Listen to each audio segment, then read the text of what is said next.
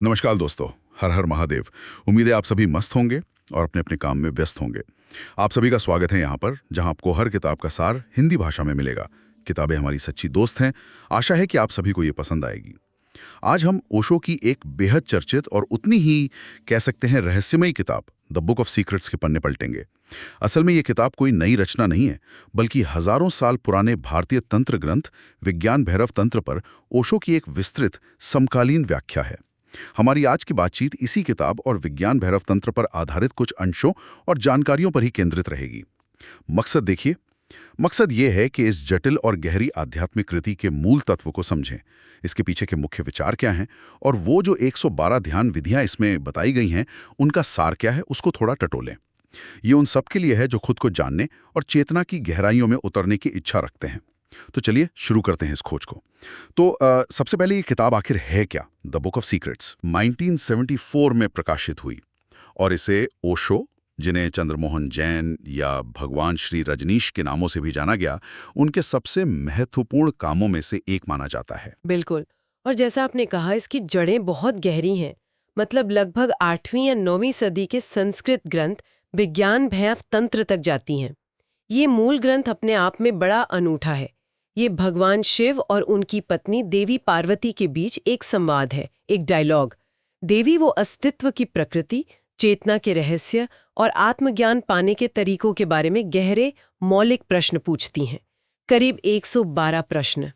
अच्छा, 112 सवाल। और कमाल की बात यह है कि शिव उनके जवाब में कोई फिलॉसफी या सिद्धांत नहीं देते, बल्कि 112 सीधी प्रैक्टिकल ध्यान की तकनीकें बताते हैं। जी हाँ, बिल्कुल। ये तो वाकई अद्भुत है। मतलब ज्ञान का ऐसा सीधा प्रसारण, प्रश्नों के उत्तर में क्रियात्मक विधियां। हाँ, यही इसकी खासियत है। देवी पूछती हैं कैसे करें और शिव बताते हैं ऐसे करो, सीधा तरीका। और ओशो ने 1970 के दशक की शुरुआत में जो प्रवचन दिए, उनकी श्रृंखला में इन्हीं प्राचीन गूढ़ सूत्रों को लिया और उनकी ऐसी व्याख्या की जो आज के दौर के साधक के लिए न सिर्फ समझने लायक हो, बल्कि प्रासंगिक भी लगे। उन्होंने सिर्फ अनुवाद नहीं किया, बल्कि जैसे आधुनिक मन की उलझनों और संभावनाओं के संदर्भ में इन तकनीकों के दरवाजे खोले। दरवाजे खोले। अब यहाँ ये समझना बहुत जरूरी हो जाता है कि ओशो तंत्र को किस नजरिए से देखते हैं, क्योंकि तंत्र शब्द सुनते ही आप जानते हैं लोगों के मन में बहुत सी गलत धारणाएं उभर आती हैं। हाँ, बिल्कुल। खासकर इसे सिर्फ कुछ खास किस्म की यौन क्रियाओं से जोड़कर देखा जाता है अक्सर। सही कहा, जबकि ओशो इस सीमित समझ को पूरी तरह नकारते हैं। हाँ, मैंने सुना है वो इसे आत्म साक्षात्कार का विज्ञान कहते हैं, साइंस ऑफ सेल्फ रियलाइजेशन। एक ऐसा विज्ञान जिसका प्रयोग बाहर नहीं, बल्कि अपने ही भीतर करना है, अपनी चेतना पर। यह पारंपरिक धर्म की समझ से काफी अलग लगता है ना? क्या ये विज्ञान की तरह ऑब्जेक्टिव है? आपने सही पकड़ा। ओशो के लिए तंत्र एक वैज्ञानिक विधि है, चेतना के रूपांतरण का विज्ञान। ये अहंकार के पार जाने, अपनी सोई हुई आंतरिक जागरूकता को अवेयर करने और रोजमर्रा की साधारण सी जिंदगी में ही दिव्यता का, असाधारण का अनुभव करने के लिए दिए गए उपकरणों का एक संग्रह है। और इसकी सबसे बड़ी खूबी है इसकी स्वीकारात्मकता, एक्सेप्टेंस। ये जीवन के किसी भी पहलू को, चाहे वो शरीर हो, मन हो, भावनाएं हो या हमारी ऊर्जाएं हो, नकारने या दबाने की बात नहीं करता, बिल्कुल नहीं, बल्कि उन सभी को पूरी जागरूकता के साथ स्वीकार करने और रूपांतरण के लिए इस्तेमाल करने की बात करता है। अच्छा, मतलब त्याग नहीं, स्वीकार। हाँ, बिल्कुल। ये तपस्वी परंपराओं से बिल्कुल अलग है, जो अक्सर शरीर या संसार को माया या बाधा मानकर छोड़ने पर जोर देती हैं। तंत्र कहता है भागो मत, जागो। मुक्ति दमन से नहीं, बल्कि पूर्ण स्वीकृति और होश से आती है। तो फिर ये किताब जो इतनी विशाल है, जैसा कि बताया जाता है, किस तरह से व्यवस्थित की गई है?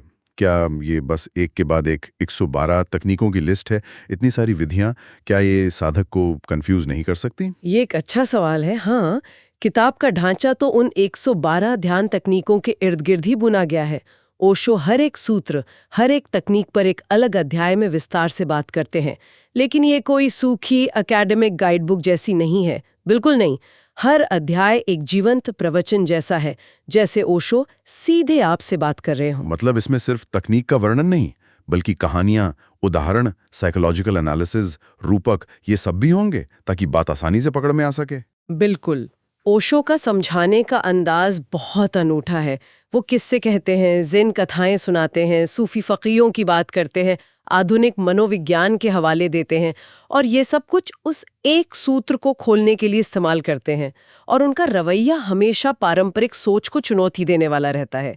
वो कभी नहीं कहते हैं कि आंख बंद करके किसी तकनीक को पकड़ लो, बल्कि वो प्रयोग करने पर, खेलने पर जोर देते हैं।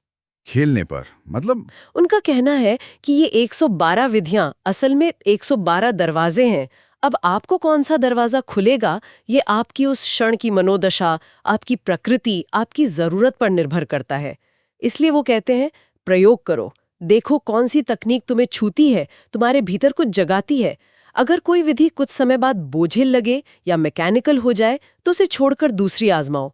ये विविधता इसलिए है ताकि हर तरह के व्यक्ति को अपना रास्ता मिल सके। ये भ्रमित करने के लिए नहीं, बल्कि संभावनाओं को खोलने के लिए है। ये दिलचस्प है। तो ध्यान यहाँ किसी चीज से बचना या उसे दबाना नहीं है, बल्कि चेतना के गहरे रहस्यों में सीधे कूद जाना है।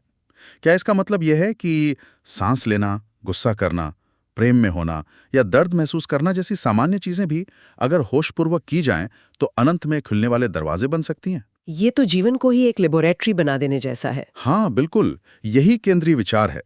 तंत्र जीवन से पलायन नहीं, बल्कि जीवन में आमूलचूल उतर जाना है, पूरी जागरूकता के साथ। हर अनुभव, हर क्रिया, हर भाव को ध्यान का उपकरण बनाया जा सकता है। साधारण में ही असाधारण छिपा है, बस होश की कुंजी चाहिए, और ये तकनीकें वही कुंजियां हैं। क्या हम कुछ तकनीकों की श्रेणियों या उदाहरणों पर थोड़ी बात कर सकते हैं, ताकि अंदाजा लगे कि ये विधियां कितनी अलग-अलग हो सकती हैं? जरूर। तकनीकों का विस्तार बहुत बड़ा है। कुछ मुख्य श्रेणियों को देखते हैं। एक बहुत प्रमुख श्रेणी है सांस पर आधारित जागरूकता, ब्रीदिंग अवेयरनेस। हम सब सांस लेते हैं हर पल, लेकिन बेहोशी में। कुछ तकनीकें कहती हैं बस अपनी आती जाती सांस के प्रति सजग हो जाओ, सिर्फ देखो। या सांस लेने और छोड़ने के बीच जो एक क्षण भर का अंतराल आता है, जहां सांस रुकती है, उस शून्य पर ध्यान केंद्रित करो।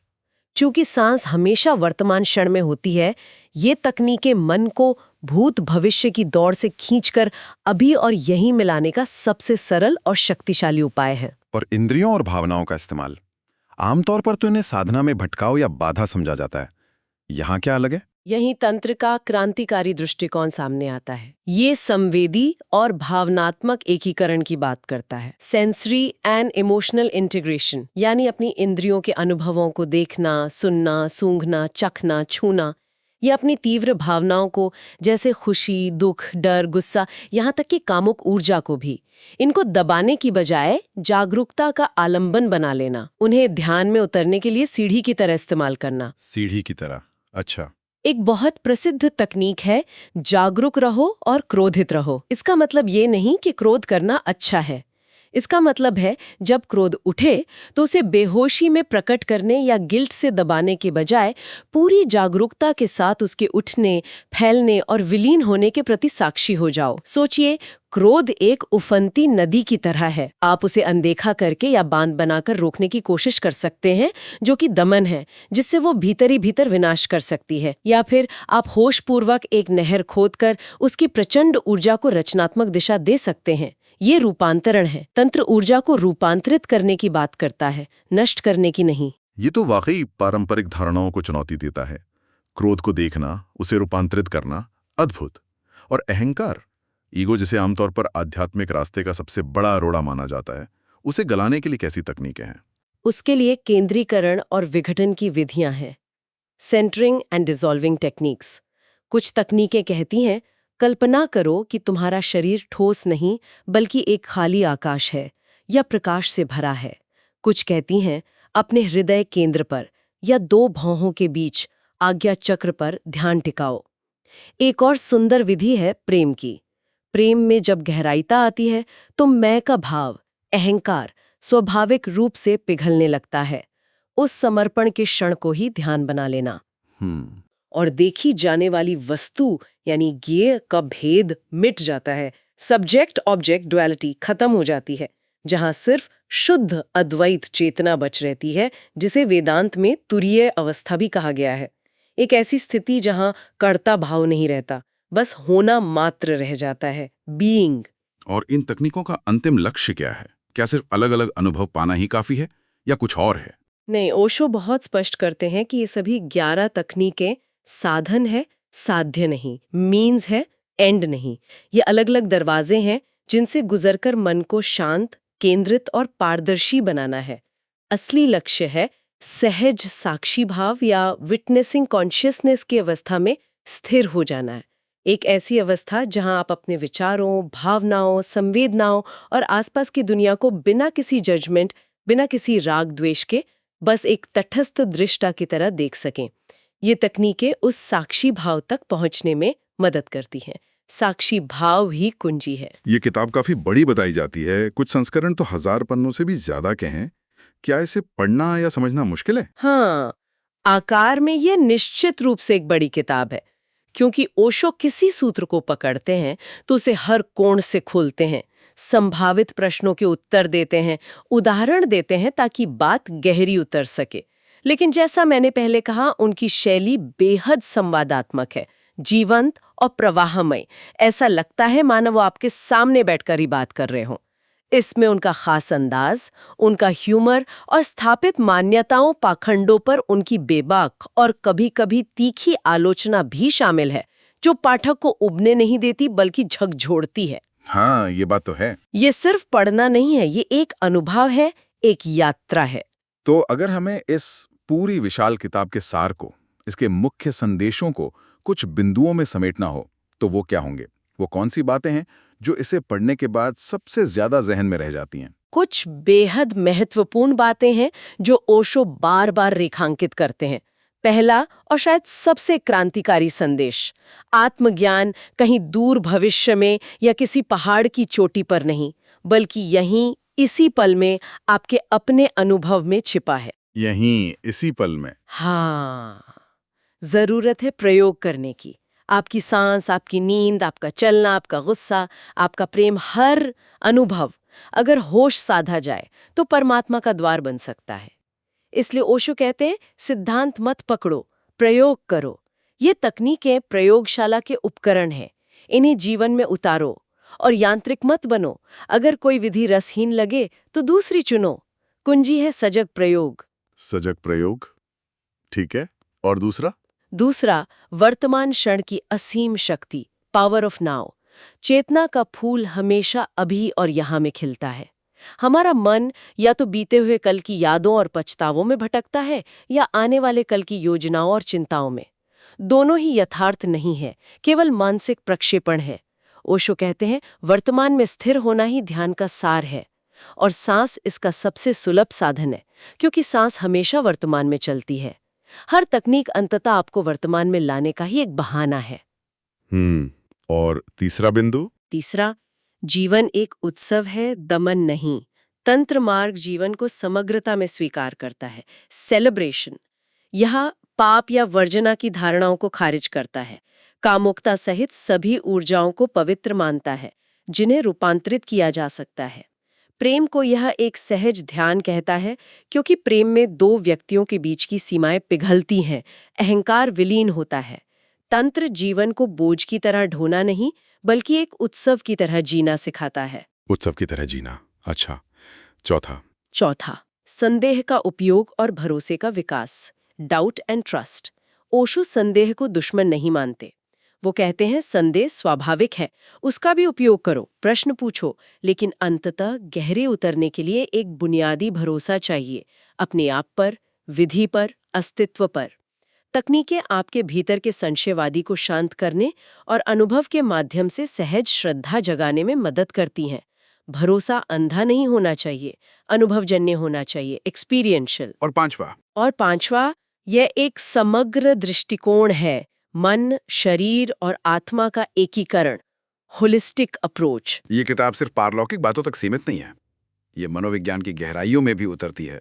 हमारी मानसिक उलझनों, भावनात्मक ग्रंथियों, जिसे पश्चिम में नेभ्रोसिस कहा गया, को समझने और सुलझाने की बात करती है। और उसे आध्यात्मिकता से जोड़ती है। शरीर को भी मंदिर मानती है। इसीलिए इसने आधुनिक माइंडफुलनेस मूवमेंट और समग्र स्वास्थ्य होलिस्टिक हेल्थ की अवधारणाओं को बहुत प्रभावित किया है। ये टुकड़ों में नहीं, पूरे मनुष्य को संबोधित करती है। इस किताब का प्रभाव कैसा रहा है दुनिया भर में? क्या इसे व्यापक स्वीकृति मिली? लोग इसे कैसे देखते हैं? निश्चित रूप से इसे ओशो के सबसे प्रभावशाली और स्थायी कामों में गिना जाता है।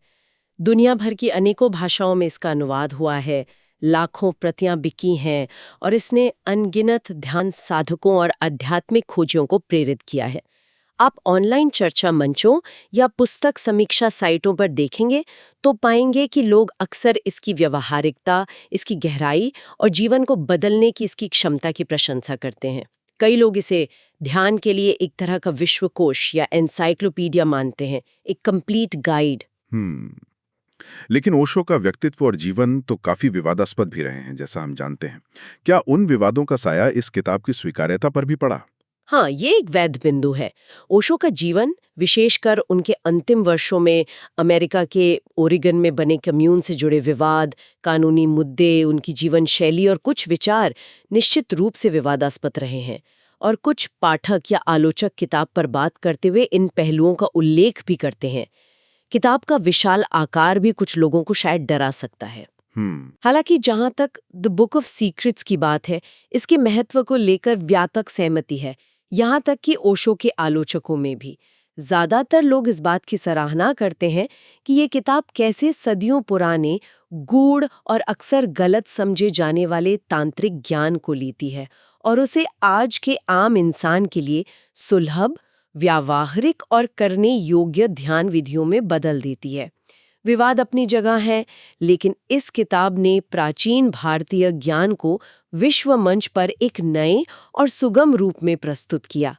इसलिए यह ध्यान की गहराई में उतरने की इच्छा रखने वालों के लिए एक मील का पत्थर बनी हुई है। तो एक माइलस्टोन है ये। हाँ, कह सकते हैं। तो संक्षिप्त में कहें तो द बुक ऑफ सीक्रेट्स सिर्फ 112 ध्यान विधियों की एक सूची भरी नहीं है। ये चेतना के स्वभाव को, स्वयं को खोजने के विज्ञान को और जीवन को उसकी समग्रता में जीने की कला को समझने का एक गहरा निमंत्रण है। इसकी सबसे बड़ी खासियत है कि ये सिर्फ बौद्धिक ज्ञान या विश्वास पर नहीं, बल्कि प्रत्यक्ष अनुभव और व्यक्तिगत प्रयोग पर जोर देती है। ये करने की किताब है, सिर्फ पढ़ने या मानने की नहीं। तो इस सारी चर्चा का निचोड़ क्या है, सार क्या है? ये हमें याद दिलाता है कि सच्चा आध्यात्मिक ज्ञान केवल जानकारी इकट्ठा करना या सिद्धांतों को रटना नहीं है, बल्कि उसे अपने जीवन में उतारना है, उसे जीना है, उसका अनुभव करना है। और ये 112 तकनीकें हमें यही सिखाती हैं, कैसे हम अपने रोजमर्रा के साधारण से अनुभवों को, चाहे वो सांस लेना हो, चलना हो, सुनना हो या तीव्र भावनाओं से गुजरना हो, जागरूकता और आत्मखोज के असाधारण अवसरों में बदल सकते हैं। हमारी अपनी जिंदगी ही हमारी सबसे बड़ी प्रयोगशाला बन जाती है। बिल्कुल सही कहा। और जाते जाते एक विचार छोड़ जाते हैं जिससे आप थोड़ा मनन कर सकें। ओशो लगातार इस बात पर जोर देते हैं कि ये 112 तकनीकें, ये सारे प्रयास, ये सब केवल दरवाजे हैं, केवल साधन हैं।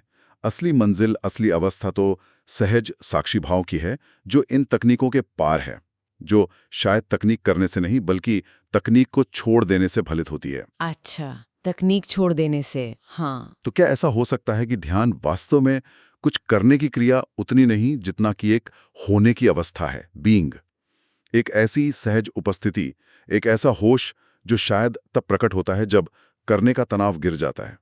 ये तकनीकें क्या सिर्फ मन को उलझाए रखने का उपाय है ताकि पृष्ठभूमि में होना घटित हो सके? ये गहरा सवाल है। हाँ, यह एक गहरा प्रश्न है जिस पर विचार किया जा सकता है। आज की इस गहरी डुबकी में हमारे साथ शामिल होने के लिए धन्यवाद। सीखना जारी रखें।